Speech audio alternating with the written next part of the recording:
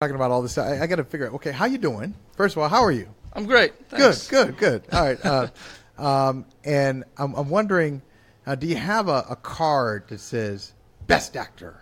Do you have? Do you put it on your voicemail? Hey, wait. Sorry, Rich Keefe. By the way, I don't know if you saw Manchester by the Sea or won Best Actor, but leave a message and I might call you back or have my people call you back. That's a good idea. I should get a card. I didn't have a card before, so now I feel like it would be a little weird to have one after. But they do give you a little metal trophy, so you get to keep that thing, and which I gave to my kids. And where do your kids have it? Are they playing with it right now? Are they playing like an action figure or something like that? I found it a couple weeks later in like the corner of the room with a wet towel on it, so I took it back. Yeah. So now, what was that like though? Seriously, congratulations, and just the whole process of going through that, of filming the movie, putting all your work into it, and then hearing your name called on the biggest stage. I just wonder what that was like for you. It was a little bit surreal. It really wasn't something I was expecting. I grew up watching Denzel Washington and all these other people who had been nominated, and I just thought they should have won. So it was a little bit of a surprise, and but it's a great group of people, and when you look out on the stage, you see all those faces. It really was it was an honor. But I got to say, this is a much bigger honor being here, and I mean that. And throwing out the first pitch at the game. I used to work at Fenway Park, and it was the only way I'd get to see games was sneaking in. We worked outside and we jumped the turnstile and we'd watch a few innings. And so being here tonight is a really big deal, and I can't think of a better occasion to be here for than the Jimmy Fund. How many first pitches have you had under your belt in your career? Any? You must have. You've never thrown out a first pitch? Not just here, anywhere. Anywhere, no. Are you nervous? I once threw out one pitch and got yanked from the game in Little League. I don't know if that counts. It would have happened at the Red Sox game Sunday night, too, if John had been able to yank his pitcher when he wanted to. So have you been practicing this? Do you have any strategy? What are you going to do?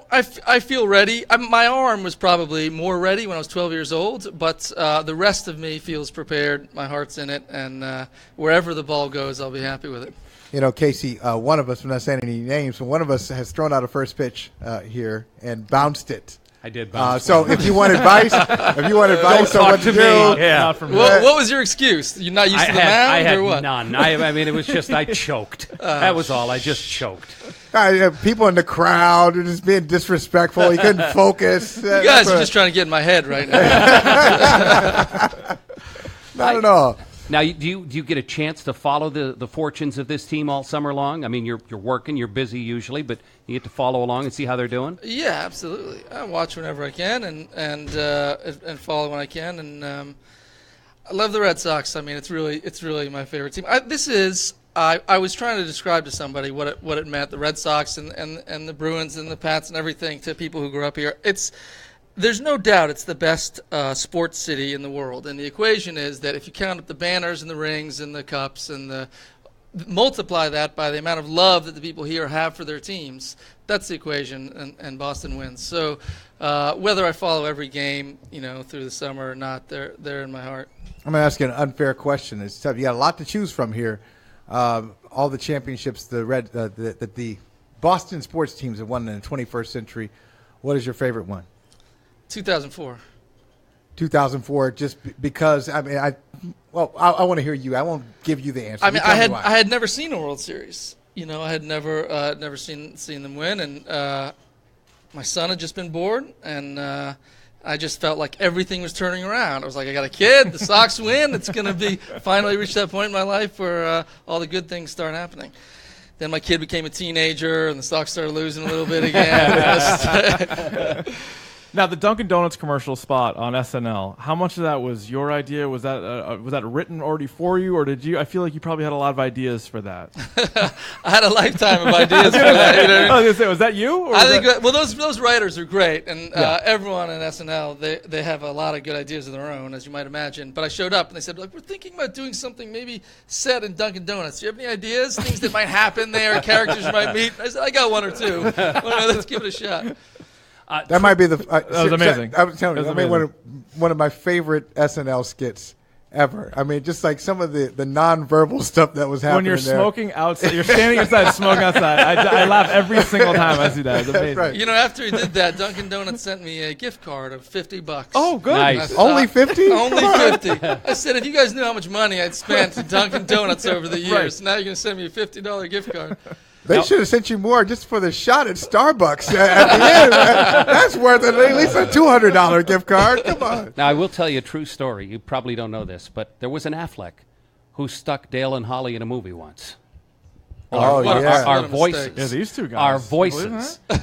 They did use a piece of this talk show In the town. in the town. Oh, yeah? Yeah, and Ben he wrote to the radio station. He had heard us talking, and he knew exactly which part he wanted and what we were talking about. And it's a very short, but don't blink because you'll 7 miss us. seconds. It's about 7 You timed seconds. it? 7 seconds. But we're in it. Yeah. You know? Did you have to audition for it? No, they just asked for the. We did get That paid son though. of a gun. He made me audition for one of his We got movies. paid Yeah. though. We didn't do Not anything. We got paid anyway. But I feel like the movie wouldn't have been the same without those combined, like 14 seconds. I think the movie would have gone That's in another true. direction. You took it over the edge there. Now there's a rumor. Now I'm sure you don't like being asked about your brother, but there's a rumor that he is not going to be in the standalone Batman movie. I thought he was a tremendous Batman. I don't know if you have any insight on that. I thought he was an okay Batman. As far as he was great. He was great. He's a hero, so he had something to channel and work with there. But he's not going to do that movie, I don't think.